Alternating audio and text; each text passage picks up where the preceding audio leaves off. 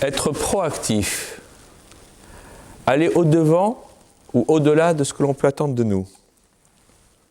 C'est le rôle de tout guide. Et un guide spirituel est là pour défendre, même ce qui est indéfendable. C'est ce que fait Moshe Rabbeinu Moïse après la faute terrible du Egel HaZahav du veau d'or. Cette faute est tellement grave qu'elle constitue, nous disent nos maîtres, l'archétype de la faute reliant l'homme à Dieu, Ben Adam Lamakom. L'archétype de la faute reliant l'homme à son prochain, c'est la vente de Joseph par ses frères, qui est Ben Adam Lachavero. Ces deux fautes sont tellement graves, nous disent nos maîtres, qu'on en paye encore le capital et les intérêts, comme qui dirait, jusqu'au temps messianique. Et que cela a été la volonté de Dieu de ne pas tout nous faire payer d'un coup, car autrement, nous ne serions pas là aujourd'hui. C'est le sens de la plaidoirie de Moïse, de Moshe Rabbeinu,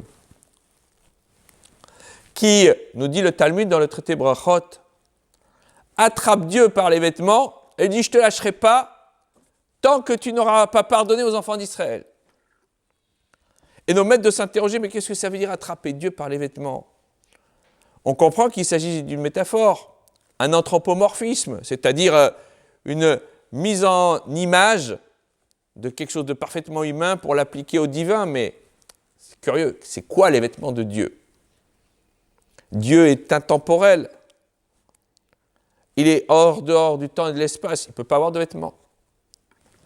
Le Tzlach, Rabbi Yechizkel Lando, dit qu'en réalité, quand on parle de vêtements de Dieu, on parle de ses midot, de ses attributs. Et c'est ce que les prophètes d'Israël décrivent à chaque fois.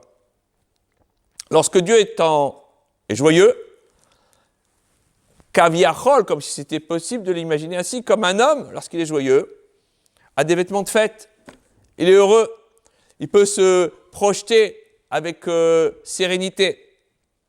C'est ce que Dieu fait lorsqu'il est réjoui de l'attitude de ses enfants. Si à contrario, à Dieu ne plaise, tel n'est pas le cas, alors il va avoir des vêtements plus sévères.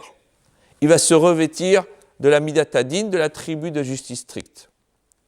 Et c'est ce que Moïse dit à Dieu. Il l'a attrapé par cet attribut de justice. Il lui dit, lâche cet attribut de justice. Pardonne à Israël.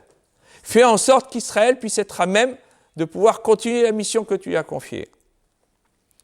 Et lorsque Dieu lui dit, mais tu sais, je vais tous les exterminer, j'en peux plus, et puis on va recommencer tout à zéro avec toi. Tout à chacun serait flatté, il dirait, quand même, je vais être la source du nouveau peuple d'Israël. Mais Moïse est un vrai berger. Il comprend que, d'abord, une nouvelle ère qui démarrait sur des bases aussi mauvaises n'irait pas très loin. Et puis cet argument qui est extraordinaire. Et il dit à Dieu, si déjà une chaise qui a 3 pieds ne tient pas, penses-tu vraiment, mon Dieu, qu'une chaise qui n'en a qu'un seul va tenir dans la durée ? La chaise qui a 3 pieds, c'est les 3 patriarches, Abraham, Isaac et Jacob, Abraham, Yitzhak et Yaakov. Si déjà avec le mérite d'Abraham, Yitzhak et Yaakov, on n'y arrive pas, tu crois qu'avec le mérite de Moïse, de Moshe, ça va suffire ?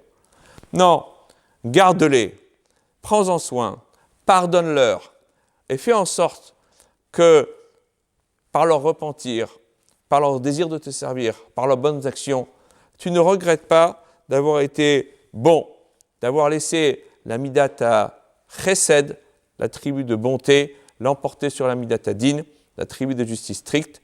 Quelquefois, toujours, on gagne à être plus indulgent que trop sévère. Shabbat shalom.